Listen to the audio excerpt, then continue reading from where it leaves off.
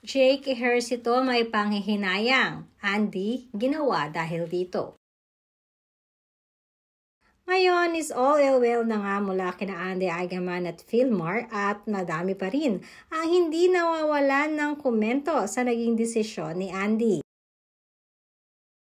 Maging ang aktor na si Derek Ramsey ay nakisawsaw na rin sa kanilang issue. Ayon nga sa naging panayam ni Derek Ramsey kay OG Diaz, sinabi nito na nasa tama at mali siya sa ginawa niyang pagsasalita.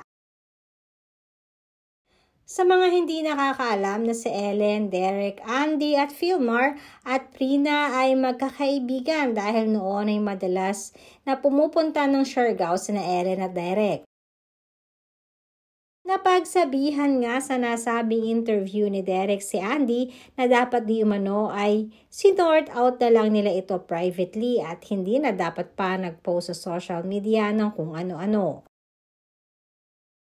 Maging si Filmar ay napagsabihan din ito na magpakalalaki sa mga actions na ginawa niya para masaktan si Andy. Ganun pa man maraming netizens naman ang hindi may alis na balikan ang mga video sina Jake at Andy sa naging birthday party ng anak nitong si Ellie. Madami kasi nakakapansin na iba din ang tinginan ni Jake kay Andy.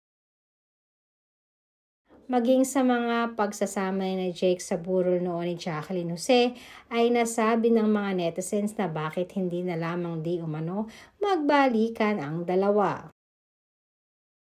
Sa isang interview noon, sinabi ni Jake na puno siya ng panghihinayang kung bakit hindi nag-workout ang sa kanila ni Andy.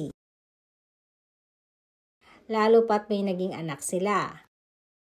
Sa ngayon nga ay mas pinili ni Andy na ayusin ang kanyang relasyon sa kanyang fiancé na si Filmar para na rin sa kanilang mga anak.